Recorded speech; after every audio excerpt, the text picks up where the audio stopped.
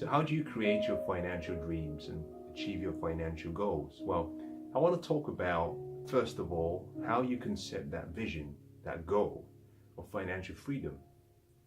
Now, it's important to recognize that there are steps you must take to fulfill any vision. First, you start with a vision. A vision is simply a picture of what you want, is a picture of the future that you want, as seen in your mind. Now, with your vision and from your vision, you must change and develop that vision into a goal. A goal is simply a dream that you've crystallized in written form, that you've documented, you've given permanence, either in written or perhaps pictorial form. A goal is also a dream that has been given a timeline, meaning you've given yourself a time for its fulfillment or its accomplishment. Now, with your goal defined, you must now develop a plan of how you can achieve that goal. Your plan must then be converted down and broken into what we call a strategy. A strategy is how and the steps you're going to take to execute the plan. Now, once your strategy is developed, you must then convert those strategies and formulate what we call daily habits. Your habits are the lowest common denominator. What you do daily decides who you become permanently. Bring me two people, one poor, one wealthy. The difference is hidden in one word: habits. Poor people do occasionally and intermittently and with a mediocre performance what the successful do consistently and exceptionally well. That is the difference. It's just hidden in your habits. Everything that you've achieved today is really a functional product of the habits. Now, a lot of the habits you may not really understand that they are controlling your life. You think in a certain way. That is simply as a result of conditioning, or what we call paradigms, which is really habits. You feel in a different way because of your habits. You act because of your habits. So our habits control our life. Now, one of the things you must do if you want to become successful is sit down and start at the bottom. Design and take steps every day. We started with the top. We've walked all the way down. Now let's go from the bottom back all the way up so you can see how it all connects. Your daily habits is how you execute your strategy. Your strategy is how you execute your plan. Your plan is how you execute your goals. Your goals are how you execute your vision. Your vision is really a part of how you achieve your purpose. Your purpose is simply the question, why am I here? It defines who you are. If you want to achieve financial freedom, begin with a vision. Now, that vision is simply a description of the future, something big and grand. Now, it could be simply you say, I want to be financially free. I want to become wealthy. I'd like to be able to live off the income from my investments without having to work, because I have to, but I might choose to work because I want to, for passion, for excitement, for fun, for fulfillment. You might also say, I want the income to far exceed my standard of living and my chosen lifestyle, but also I want that income to be such that it enables me to be able to provide for myself, provide for my family, provide for my extended family, but more than anything, provide for people that I don't even know. I want to be able to give away and help people create experiences in their lives. To make it realistic, you might say, I want my income from my investments to be 10 times more than what I think my projected expenses will be. That could be your vision. Great. Now we've got to break it down into a goal. What is your financial goal? And that is what I want to share with you. How do you start that process? Now, most people understand the vision side. They understand what a goal requires. But when it comes to the numeric aspects of how you convert that vision into a goal, and then you have something to work towards, that's where we get lost. Now, I used to be one of those shoes before, and it took a lot of study and application and practice before I started to understand a little bit more about what I'm about to share with you. Now, everything I'm about to share with you, I believe that you already have an idea about how it works in principle. You understand it intellectually. I'm going to show you how it all works and how it's broken down. But what I'd like you to do is get involved emotionally, because your emotions control your actions. Now, let's assume, for example, that you have a job. I started my journey towards wealth. I had a job. I worked for someone. And so I had an income. But this income came from a job. If you want to be wealthy, you do not get wealthy working for money. About 95% of the population subscribe to this process. They work for money. In other words, they work whereby the master is money and they are the slave or the servant. You go to work every day, you trade your most important asset, your time, for money, and you get a fraction of what your true worth is. You see, if you work for money, you increase your wealth incrementally. But if you subscribe to what the 5 or less % of the population do, they have money work for them, and therefore they are the masters, money is the servant, and therefore they increase their wealth exponentially. So I had a job, I had an income, but wealth is not created from a job. Wealth is created by having money work for you. So I needed an income still, but this income had to come from investments, it had to come from assets, it had to come from businesses, but it had to come from sources that did not require the investment of all of my time. As a matter of fact, it required what we call leveraged income. What is leveraged income? Let me explain the principle of leveraged income by looking at the two sides of the income types. Just like a coin, every coin has 3 sides. You have the head, you have the tail. Similarly, we have what we call active income, and we have what we call passive or leveraged income.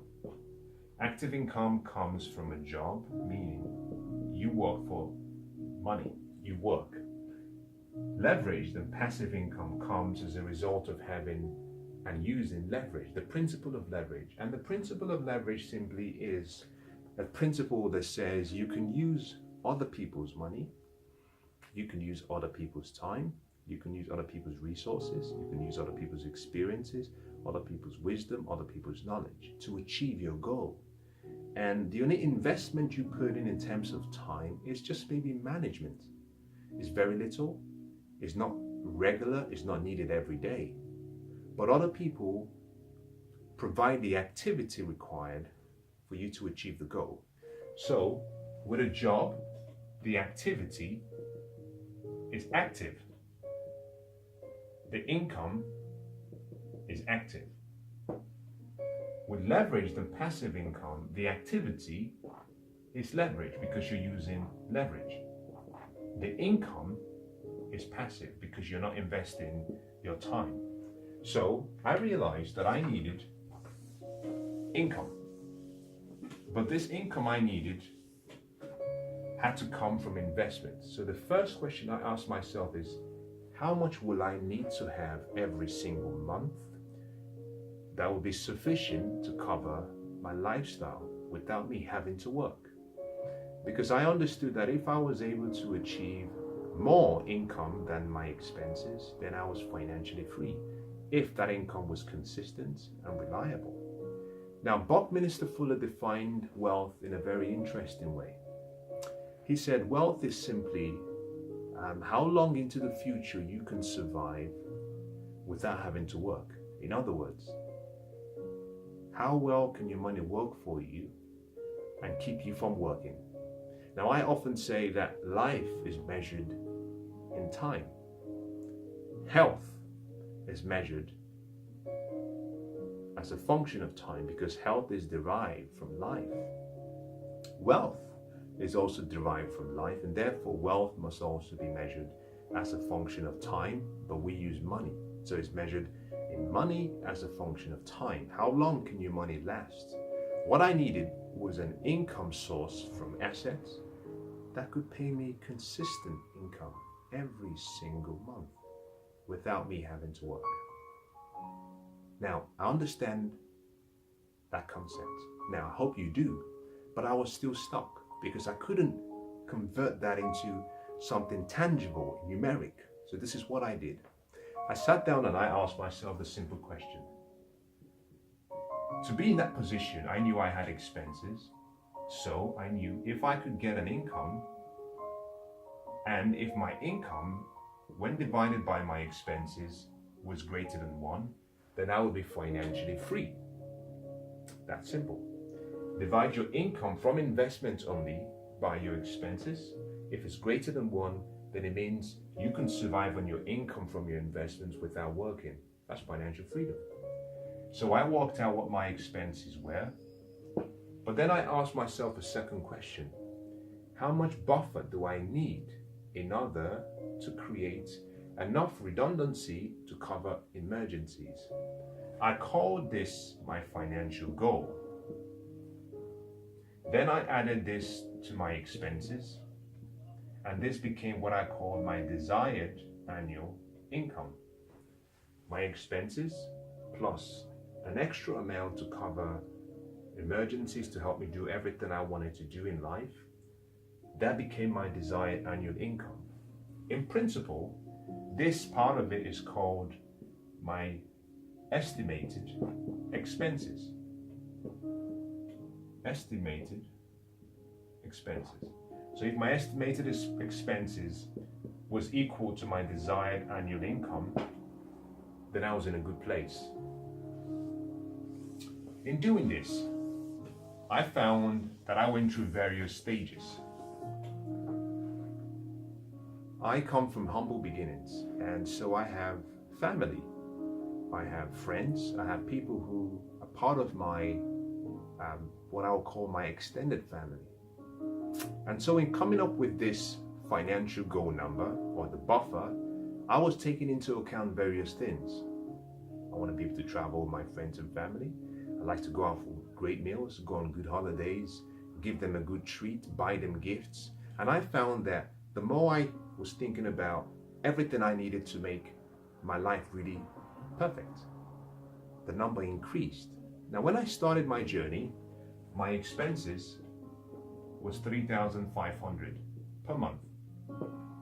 For my financial goal, I came up with a number of $4,000 per month. This gave me a total of $7,500 per month. This became my desired annual target. But this, at this point, was a monthly target. So to convert this to the desired annual amount, I had to multiply this by 12 months. This meant that I needed £90,000 as income from my investments. Now, this was a lot. But that's okay, because we're trying to establish the goal. Most people get to this point and they get stuck, which is what I experienced. The question was, okay, I know what I need, but how do I begin the process? Wealth must begin where you are. In order to get £90,000, it meant that I would have to develop a financial portfolio up to a certain point, and then this portfolio will pay me every month 90K. So 90K is what I want. It's not the goal. This is the goal. This is simply a result of having achieved the goal. To achieve that goal, the question was, what would I need to build? What would the capital amount need to be able to give me £90,000 per month? Now, to do that, I assumed that maybe if I were to find an investment that paid me a 10% return every single year, and that return was £90,000, then I postulated in my mind that that had to be the capital amount. So dividing 90k by 10% meant that I would have needed 900,000 as that capital. If for whatever reason this was 8%, then it's 90k. Over 8%, I needed about 1.125 million. This became the financial goal. It's really that simple. That's all you have to do. Now the question you have to then ask yourself is, how do I get myself from where I am to build up a capital base of 1.125 million? 1.25 million invested at 8% will pay you 90k per month a year, which will give you 7.5k per month. Very basic. Now here is where most people struggle and where they get stuck. This number is too far in the future. Is it achievable? Absolutely. As a matter of fact, watch this very carefully. If you earn a minimum wage, which is £7.50 per hour, if you're between 18 and 25, it would mean that you're earning about £14,000 per annum, which is equivalent to about 1,100 per month net. If you invested just 10%, which is 110, for sake of making it simple, let's call it 100 per month. In a year, you would invest 1,200 per year. If you invested this in a portfolio that paid 10% and you compounded that, meaning every year you reinvested the returns, in 50 years, saving or investing just £100 per month, you will have about 1.13 million. So to achieve 1.125 million, it's easy. It's easy. The question is, it would have taken 50 years. But my target was to achieve financial freedom in less than 10 years. So what I had to do was go back to the drawing board and say, what can I do? What can I change? How can I make this goal more achievable in the short term? This is what I did. I was reminded by someone called H.L. Hunt. H.L. Hunt in the 1900s was the wealthiest man. And he was asked the question, what are the keys to success? He said, the keys to success are just 3. Number 1, decide what you want. Number 2, determine the price you will have to pay for what you want. Number 3, he says, pay the price. Resolve within yourself and pay the price. Really that simple. Now I emphasize this simply to say this. There's a price for success. The price has to be paid in full. The price has to be paid in advance. But there is a promise that comes with success. But the promise is only achieved when you pay the price. If you don't pay the price, then you don't deserve the promise. Now, many people want the promise, but they don't want to pay the price. So I went back to the drawing board and I said 7,500 was approximately 2.01 as a ratio, because my expenses was only 3,500. 7.5k meant that I had more. I said to myself, all I needed was a ratio of 1 to break free. And so, on the basis of just 1, all I would have needed would have been 3,500. So I went back to the drawing board. 3,500 per month was £42,000 per year. At 8% and 10%, At 10%, I would have needed 420,000 as my goal. At 8%, I would have needed 520,000 as my goal. Now, this was more than half what I needed originally, or like less than half rather than what I needed originally. That made it more realistic. Now, going back to the example I used, if I invested £100 per month, minimum wage for someone earning minimum wage, it would take you about 33 years approximately to make that same 1.125 million. Sorry, it would take about 33 years to make this 520,000 that you want. Again, it's still too far in the future. I went back to the drawing board again and I asked myself the question, what are you willing to sacrifice? So I went through my expenses and I found that there were things that I had there that were simply liabilities. They created expenses that I didn't need. Luxury items that I had, I got rid of them. I needed to achieve the goal more than I needed the instant gratification. I was willing to pay the price. You have to pay the price. As a result of this elimination, I reduced this to 2,500. Now, at 2,500, I positioned myself in a place whereby 2,500 per month meant that I needed 30k per year. At 10%, I needed 300,000. At 8%, I needed 380,000. Now it became more realistic. The question was, what could I now do? Because this became my goal. My goal was find an investment between 300 and 380,000, or rather build up your portfolio of the 300 and 380,000. Find something that pays you 10%, at the least 8%. That would create £30,000 minimum per year and £2,500 per month. That was my goal, and that is what I worked with. And I slowly started to build wealth, and I slowly started to invest, and with time, I achieved that. Now I had a wealth ratio of 1, but I didn't stop there. I kept looking for multiple sources of income streams, and I kept investing, and I kept looking for ways to increase my net worth, but also increase my wealth worth. Your net worth is based on what you're worth in monetary terms. Your wealth worth is the ratio, income from investments to expenses. And the more I increased it, the more I started to increase that ratio from 1, and it's been going up ever since. As soon as I got above 1, I was financially free. And as a result of that, I could retire from my job.